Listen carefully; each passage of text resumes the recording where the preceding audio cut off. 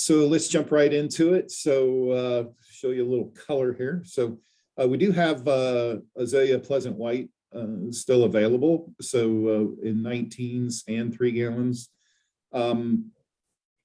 Our azalea, our white azalea of choice is Cascade, but a lot of places don't grow Cascade. They grow Pleasant White.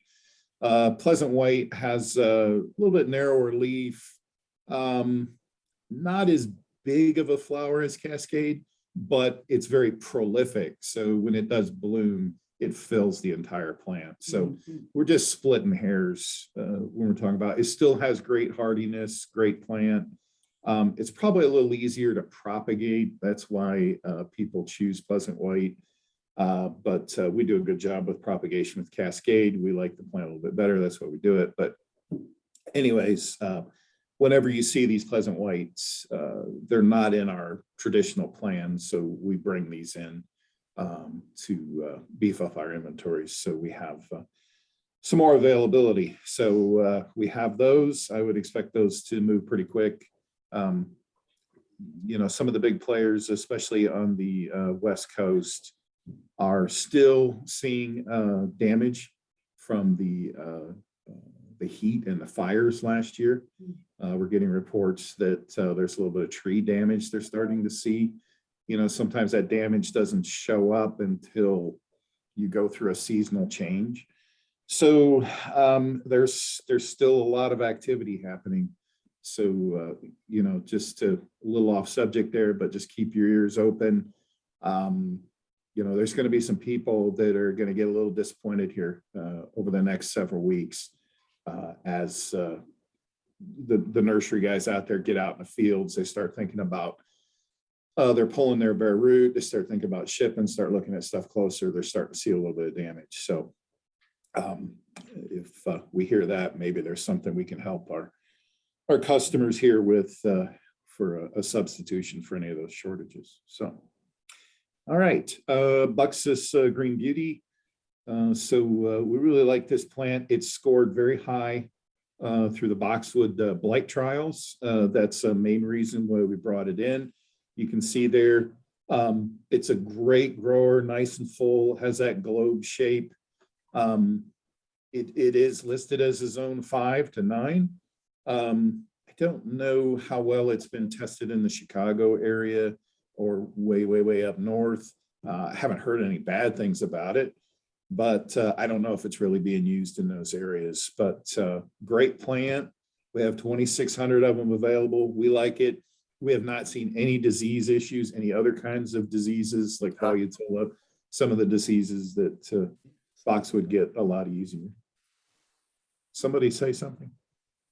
I thought I heard something. Okay, never mind. All right, so got 2,600 of those available. Hydrangea candelabra.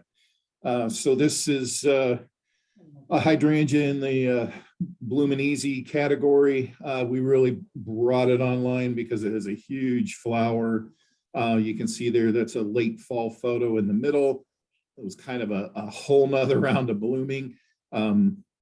We cut some stuff back to beef it up and then got a whole nother round of blooming, but it gets a huge flower, extremely hardy and tough.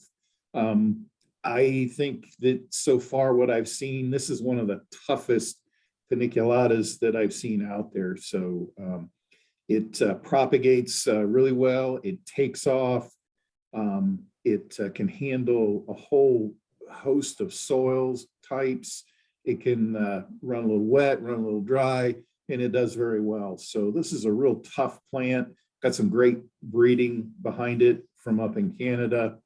And we have it in a 2. Unfortunately, I don't have any 3s, but you can see there, you're getting a great size plant in a 2, pretty much the same size as you get in a 3. But I understand that's a little bit tougher sell because, you know, a lot of people want to stick with a 3 gallon, but you got the 2. It's going to be a cheaper price and you're getting a nice size plant. So Physocarpa ginger wine, you know, I was getting kind of Physocarpid out there for a while, but the more and more I see ginger wine, the more I like it. Definitely a nice compact grower. It's not as compact as Little Devil. or tiny wine. So it has a bigger leaf, so it likens to uh,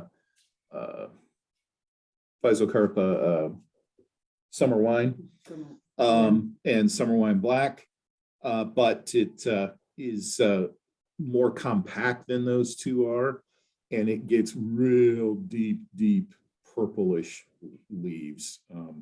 So I really like that. It's a great grower. It's done very well, and we have availability on this one. Physocarpa are a little short out there, so this is a great plant to lead into if we need to do some subbing on some of the other Physocarpas. So it can go kind of towards the compact side, or it can compete with some of the bigger ones. So it's a good mid-range plant. Syringa New Age White. So we brought the New Age series, which right now we have the pink and the white. They're still doing some breeding through the New Age program, so there might be some more colors coming down the line. Very aggressive lilac, but it doesn't get too tall, too stretchy. It performs extremely well. It is very resistant to the main disease that lilacs get, which is Pseudomonas or Pseudomonas syringae.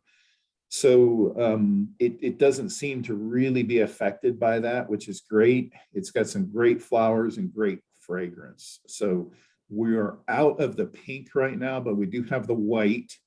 You can see there, that's the size of the plant that we're going to ship. Look how full that thing is. You don't have that sticky wood in it. It really keeps re-breaking from the base, which I love whenever I see a lilac, because you guys have seen all these lilacs. Once they get a little older, they get real woody. And when they start getting real woody, the blooms get smaller.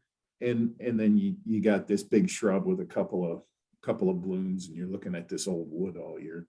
So New Age and some of the newer ones tended to address that, like that's Peru and what's the other Peru winter one? There's another Peru winter one in there.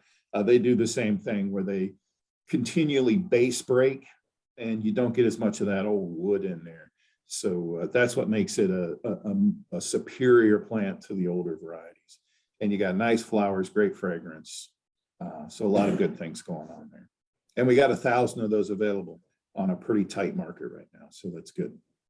Thuja whipcord, we've talked about whipcord a lot over the years, but we have in the beginning, we really had to cheat the size. It was when it was coming up and coming for us, it was pretty popular, and we were sending out some pretty small plants, just meat and spec.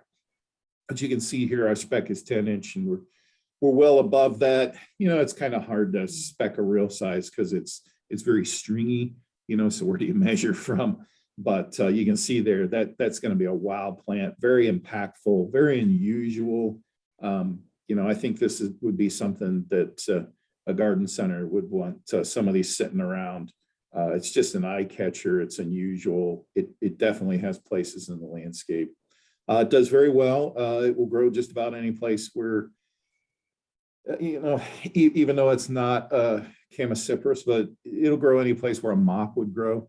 It is an arborvitae, even though it has that string to it, but it is a true cedar arborvitae. So, which is really unusual, how it's classified to how it looks. So pretty cool plant, and we have over 1,000 of them available.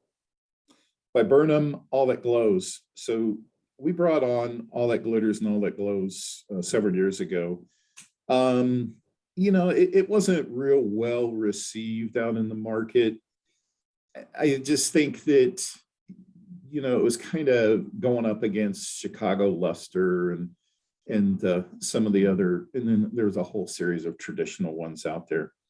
It is a different animal than those. It's in a different viburnum classification. But, just to tell you, this thing was found in a reclaimed mining site.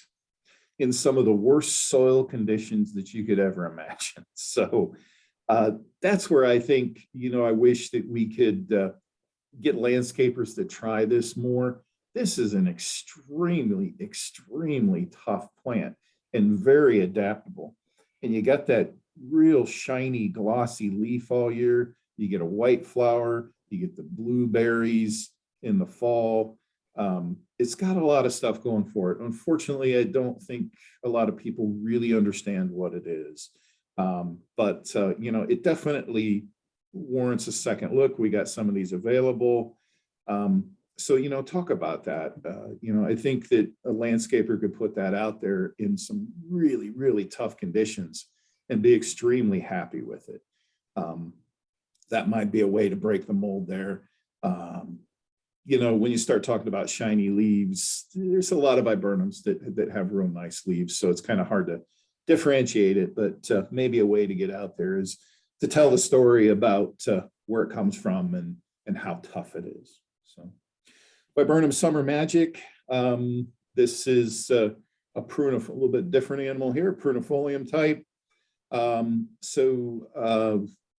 There's straight prunifolium out there. Summer Magic was selected here at Willoway quite a few years back. We like it because it's compact. It definitely breaks from the base much better. Straight prunifolium can tend to get a little woody, a little hollow on the bottom. That's why Summer Magic was strained out and selected out and picked. So great plant, a tough plant, has great hardiness, has a white flower. The berries are very, very small. So it's not really known real well for the berries. It is a pollinator, so that's great. It is a native, so that's great. It comes from native prunifoliums. So, it's got a lot of stuff going for it there.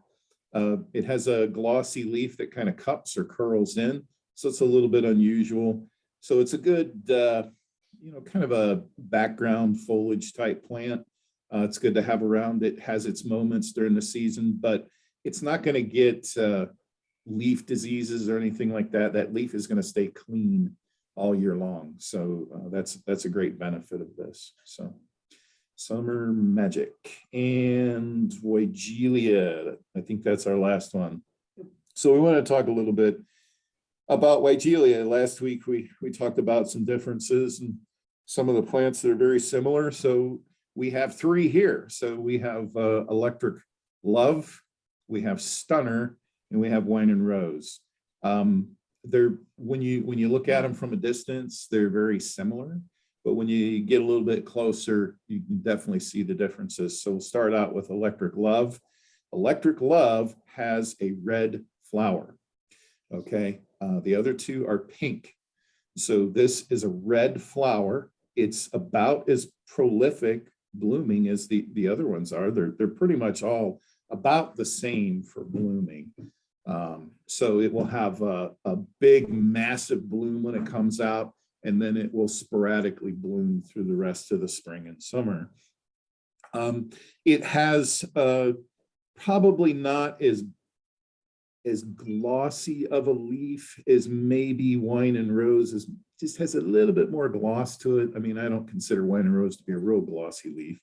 So it's a little bit flatter color, but it's a good color, good rich color, resists a lot of different diseases, has a lot of good things going for it, very tough, adaptable.